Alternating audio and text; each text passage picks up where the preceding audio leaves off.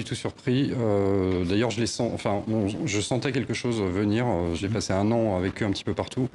Et d'ailleurs, ce qui est intéressant, c'est que je sentais venir vraiment la colère et le désarroi chez la jeune génération de paramédicaux, c'est-à-dire des gens qui ont entre 20 et 30 ans, infirmières, aides-soignants.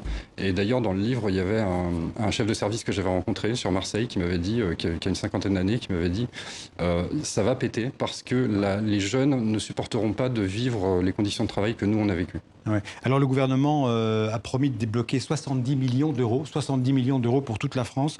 Les hôpitaux de Paris annoncent la création de 230 postes. C'est trop peu et trop tard? C'est trop peu, ça sera jamais trop tard parce que de toute façon ça fait 25 ans que cette crise elle dure, donc il faudra bien faire quelque chose un jour. C'est trop peu, oui. Je rappellerai juste un autre chiffre. 2003, quand il y a eu la canicule de 2003, avec plus de 15 000 morts, il y a eu un plan urgence qui a été sorti 2 mois plus tard.